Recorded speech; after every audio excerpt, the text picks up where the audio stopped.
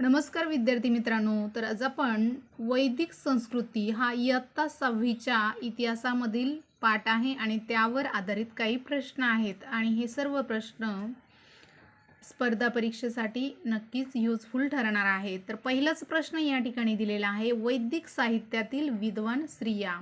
तर वैदिक साहित्यातील विद्वान स्त्रियांची नावे या ठिकाणी दिली आहेत. तर लोपमुद्रा, गार्गी, मैत्री ह्या वैदिक साहित्यातील विद्वान स्त्रिया होत्या.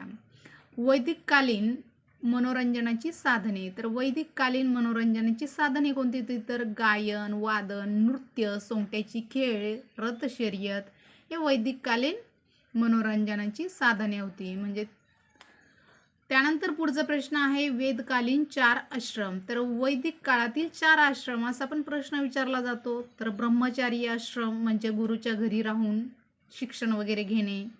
गृहस्थ आश्रम घरी येऊन आपल्या फॅमिलीचा हातभार लावणे, लग्न करणे आणि आपला संसार चालवणे. वानप्रस्थाश्रम म्हणजेच सर्व जबाबदाऱ्या ज्या आहेत त्या मुलांकडे देऊन आपण त्यांना गायडन्स करणे म्हणजेच वानप्रस्थाश्रम. आणि संन्यासाश्रम म्हणजेच संन्याशी सारखं जीवन जगणे. त्यानंतर पुढचा प्रश्न आहे, चुटकी बरोबर ओळखा. यज्ञात म्हटले जाणारे मंत्र. ऋग्वेद. तर या ठिकाणी ऋग्वेद नाही तर यजुर्वेद आहे. यजुर्वेदामध्ये यज्ञात म्हटले जाणारे मंत्राचं गायडन्स केलं जातं. त्यानंतर पुढचा प्रश्न आहे, अथर्व ऋषीचे नाव दिलेला वेद.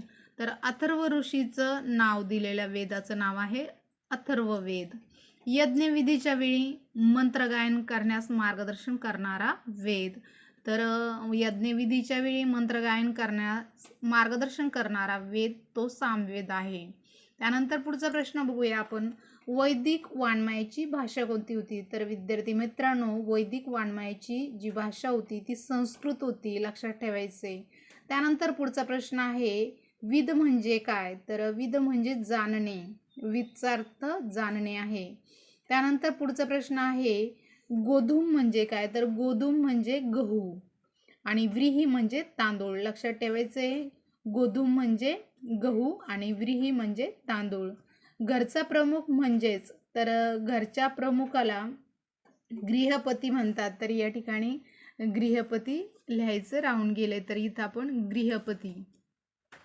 तर घरचा जो प्रमुख आहे त्याला गृहपती असे म्हणतात. त्यानंतर श्रेणीच्या प्रमुखाला श्रेष्ठी म्हणतात. श्रेणीच्या प्रमुखाला श्रेष्ठी म्हणतात. तर हे सर्व प्रश्न खूप महत्त्वाचे आहे स्पर्धा परीक्षेसाठी. तर चला विद्यार्थी मित्रांनो, व्हिडिओ आवडला असेल तर लाईक, शेअर, सबस्क्राईब करायला विसरू नका.